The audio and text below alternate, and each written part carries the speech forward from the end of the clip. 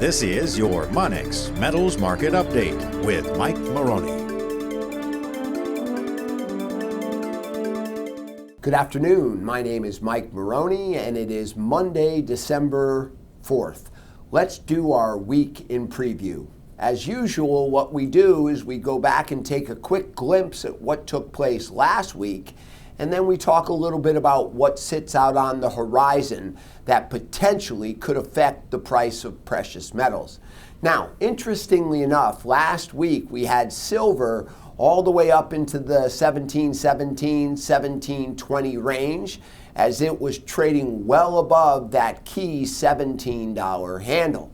Then what happened is we broke below a very key support level right at the 1678 Fibonacci support, and silver fell into the proverbial abyss, going all the way down and retesting the October low and breaking below that, which sat at 1631, and it came down and potentially got pretty close to retesting the August low at 1610.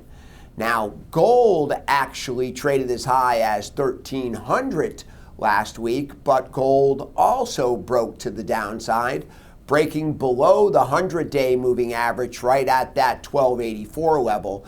But gold did not break below the 200-day moving average, which seems to provide solid support right at 1267. We had a little bit of volatility last week geopolitically because Mr. Flynn pleading guilty caused the dollar to drop, caused the metals to come back. But before the end of the day, the stock market once again reigned supreme as investors continue to pour money into equities. Now, we have a very interesting situation developing there. And there's an old saying that states, buy the rumor, sell the news. Now, everyone has been waiting for this Trump tax cut, and everyone felt that this would be a major catalyst as far as the stock market. But has the stock market already priced this tax cut in? And will the actual news be the catalyst that cause sellers to kick into gear? And will we see that classic sector rotation as people start to take some profits out of stocks and look for the undervalued asset class? And I have a feeling precious metals fits that bill. If you look at silver right now, we've seen a low back in August right around 1610. Most people believe equilibrium in silver is somewhere between 1550 and 1625. That's the all-in cost to produce hard rock silver. And what we've found over the years is it's not unusual to get the lows in the month of December. So if you have an opportunity to buy silver somewhere between that 1550 and 1625 price zone in the month of December and have the wherewithal to hold it, there's a good chance that we could see a nice rally in the beginning of 2018.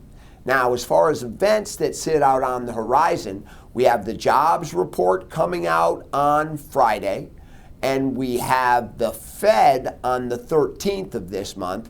And interestingly enough, a lot of people are talking about the fact that we're going to start to see a Bitcoin futures contract as a potential financial event that could cause a lot of volatility in many of the different sectors.